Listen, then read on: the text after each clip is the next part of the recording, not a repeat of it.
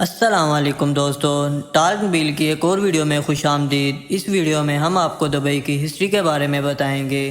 Video میں آگے بڑھنے سے پہلے آپ نے اگر ابھی تک ہمارے چینل کو سبسکرائب نہیں کیا تو چینل کو سبسکرائب کریں اور بیل آئیکن کو دبائیں۔ سال 1833 جب قبیلہ بنی آس کے لوگ آج جہاں دبئی ہے یہاں آ کر رہنا شروع ہو گئے۔ اس وقت یہ جگہ مکمل ریگستان تھی اور یہ ابو دھبی کے کنٹرول میں تھا۔ دبئی اس وقت مچھیروں کا ایک گاؤں کہلاتا تھا۔ 1814 میں کچھ تاجر دبئی میں بسنا شروع ہو گئے کیونکہ یہاں تاجروں پر ٹیکس بہت کم تھا۔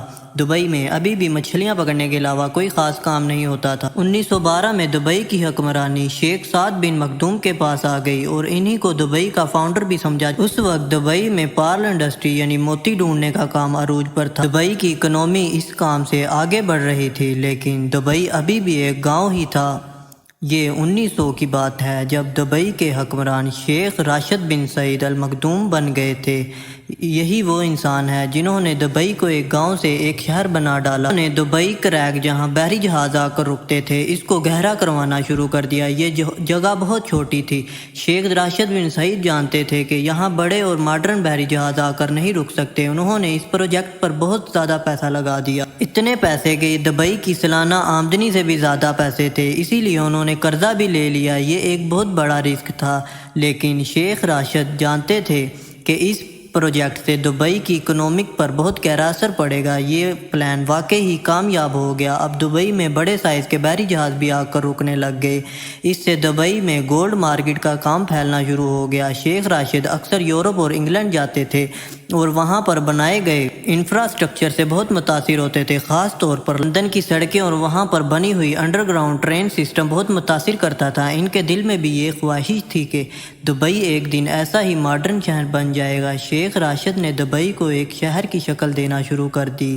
سال 1959 میں انہوں نے دبئی میں ایک ماڈرن ایئرپورٹ بھی بنوا دیا۔ وہ دبئی میں بجلی کی لائنز، سروس اور پورٹس وغیرہ بنوا رہے تھے۔ لوگ سمجھتے تھے کہ شیخ راشد پیسے ضائع کر رہے ہیں، دبئی کبھی بھی ایک ماڈرن اور انٹرنیشنل شہر نہیں بن سکے گا۔ مگر 1966 میں دبئی کی قسمت بدل گئی۔ یہ وہ سال تھا جب دبئی میں آئل ڈسکور ہوا لیکن یہاں تیل کے ذخائر اتنے نہیں تھے۔ شیخ راشد نے بہت عقل مندی سے اس بات کو سمجھا کہ دبئی آئل پر ڈیپینڈ نہیں رہ سکتا۔ انہوں نے اس وقت کہا تھا، میرے پاس ایک اچھی خبر ہے اور ایک بری خبر۔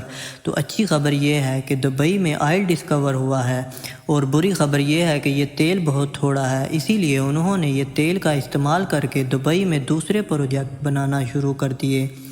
انہوں نے دنیا بھر سے بڑے بڑے انجینئر کو بلایا، دبئی کو مزید تعمیر کروانا شروع کر دیا، جیسا کہ 1979 میں دبئی میں ایک اونچی بلڈنگ بنائی گئی۔ ایسے کئی پروجیکٹ شروع ہو رہے تھے۔ 1981 میں شیخ راشد اس دنیا سے چلے گئے۔ اب دبئی کے امیر شیخ محمد بن راشد المخدوم یہ انہی کے بیٹے ہیں۔ جو آج ہم دبئی دیکھتے ہیں اس کو بنانے میں شیخ راشد کا ہی دماغ ہے۔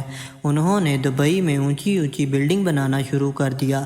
تو اس کام میں بھی ایک مسئلہ تھا۔ مسئلہ یہ تھا کہ کچی مٹی پر اتنی بڑی بڑی بلڈنگ کیسے کھڑی کی جائیں گی، مگر شیخ محمد بن راشد نے اس کا حل بھی ڈھونڈ نکالا۔ محمد بن راشد نے محسوس کیا کہ دبئی کے اطراف میں پہاڑ وی شیپ میں بنے ہوئے ہیں، یعنی یہاں ضرور کبھی پانی موجود ہوگا جو پہاڑوں کی شیپ کٹی ہوئی ہے۔ انہوں نے یہاں ڈرلنگ کروائی اور وہاں واقعی ہی پانی موجود تھا۔ یہی پانی دبئی کی اونچی اونچی بلڈنگ کو کھڑا رکھنے میں کام آیا۔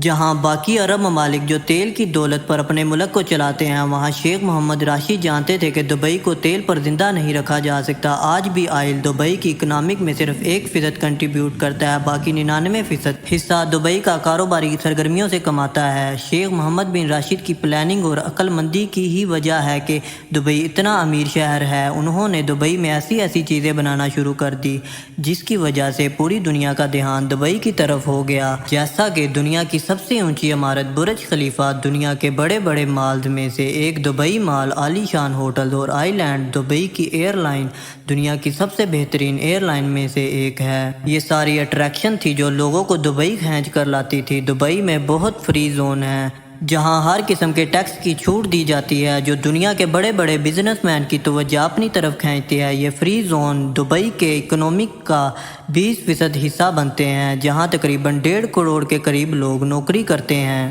دبئی میں آج 80% کے قریب وہ لوگ ہیں جو باقی کنٹری سے آ کر سیٹلڈ ہیں۔ آج دبئی میں وہ لوگ بھی جو محنت کر کے پیسہ کماتے ہیں اور اپنے پیاروں کو واپس گھر پیسہ بھیجتے ہیں، اور وہ لوگ بھی ہیں جن کے پاس بہت سا پیسہ ہے۔ دبئی میں ہر وہ سہولت موجود ہے جو دنیا کے بڑے بڑے ملینئرز کو اپنی طرف لاتی ہے۔